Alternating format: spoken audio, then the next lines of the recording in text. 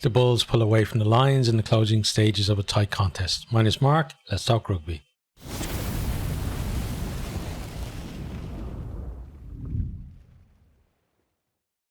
This is Origin Week in the URC, but for some reason, neither team were wearing their school socks, which the South African teams are supposed to be doing. So, not sure what happened there for that. But it seemed like maybe the officials were wearing school socks because they certainly were wearing different socks to each other in that. So I don't know why the players couldn't. Maybe we'll hear something about it later on.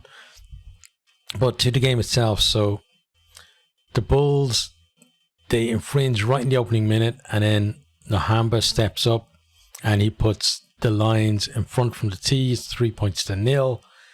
Then when Honeycomb, he gets pinged a few minutes later.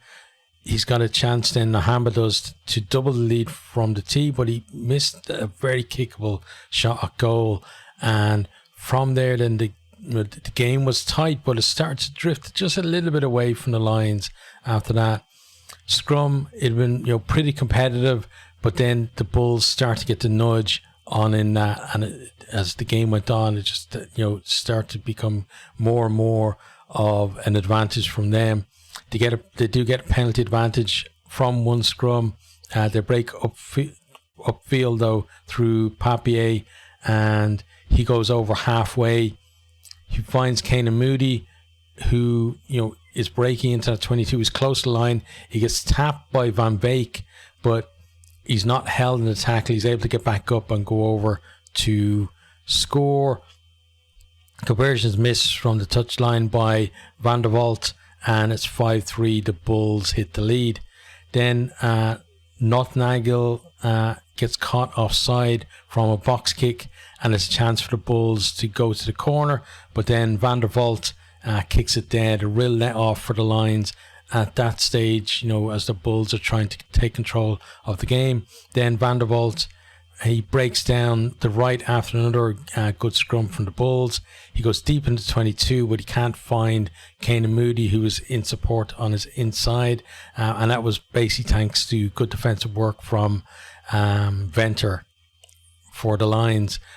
The Bulls then, with another chance from a 5-meter line out, secure the ball, set up the maul, but the Lions managed to turn over and kick the ball clear.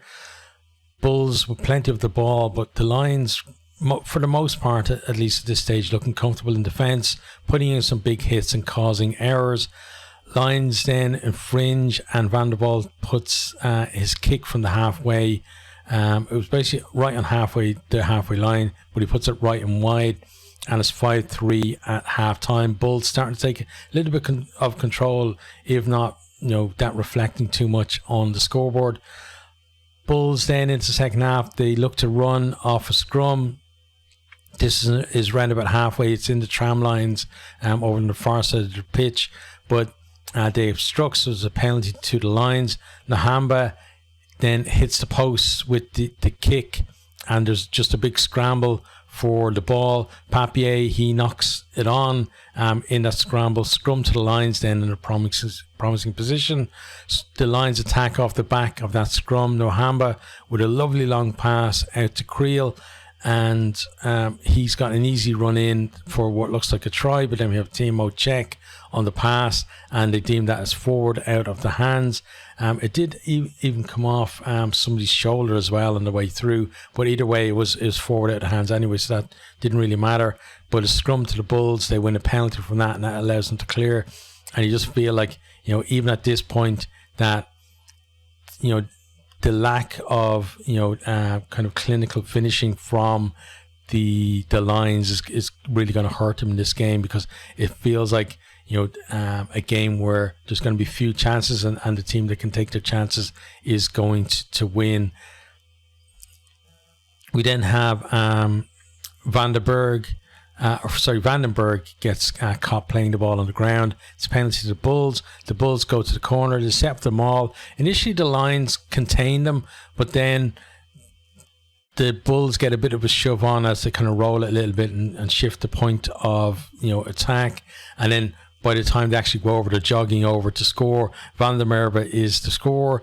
Hoosens he sends the conversion to the right, and it never kind of curls back in at all. But it's 10-3 to the Bulls, and you feel like the Lions need to score next in the game. Bulls, they're putting pressure on with the ball in hand. They're forcing the Lions to infringe. They have 3 penalty advantages. We come back for one of those penalties. Houston then strokes it over, and it's 13-3, and it feels like a big lead in the context of what's gone on in the game so far. Then we have Van Veek. He puts a big hit on Hans, and that gives the Lions a bit of a boost, and you felt like they really needed it at that point, but unfortunately for them, it's short-lived.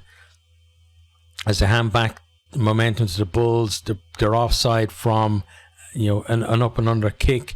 Bulls then get into 22. They work it up to the line, and then Kotze, he goes over to score under the post. Houston's adds the extras to seal the victory. 20 points to 3. Feels like there's no way back for the Lions from this point. Lions then do, though, at least get the next score. They strike off the back of a scrum.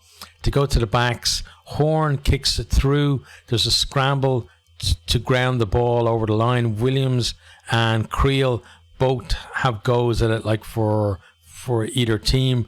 Neither of them can actually ground the ball. Ball eludes them and goes forward. It's heading towards the dead ball line. But Horn gets there to score. It's converted by Hendrickson, and it's 20 points to 10. And Lions now need just another score for a losing bonus point. But it's actually the Bulls who managed to get a bonus point out of this one. I think it was just a punt down the field, really.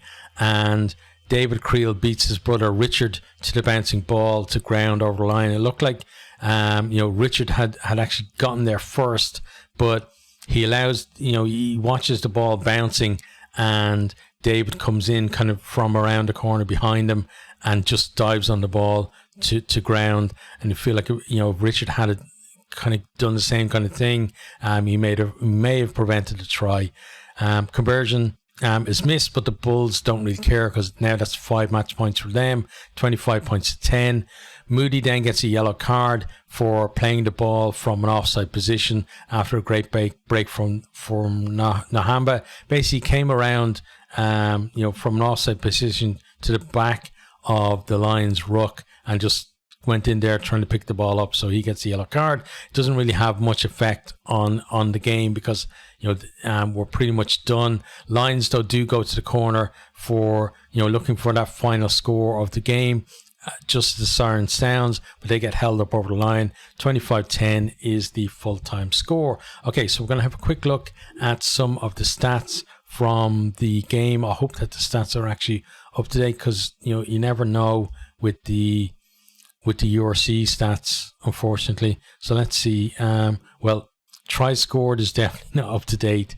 I think honestly, I'm looking at these stats and it looks like they're from maybe like the first half or something, because it's still only got one try recorded, and that's the try that Kane and Moody scored early in that first half. So I think for this one, stats aren't out in time, so we'll skip the stats, but you can imagine that most of them favoured the Bulls in the end because they just became so dominant there in the last few minutes. In terms of the two teams from here then, Lions, they were in the game for a long period, but then the Bulls just had that cutting edge and really set piece as well, especially that scrum made the difference in terms of the Bulls just being able to pull away. It's a blow to the Lions' ambitions to make that top 8. It's going to be tough for them from here. If you're not picking up any points at all,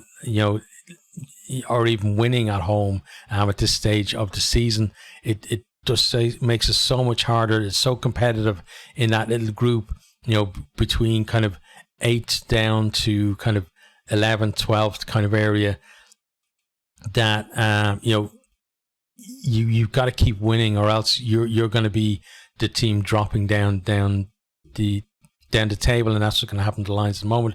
Bulls though, they're looking up. This now, they're right at the top of the table. keeping pressure on both Leinster and Benetton, who played later on in the day.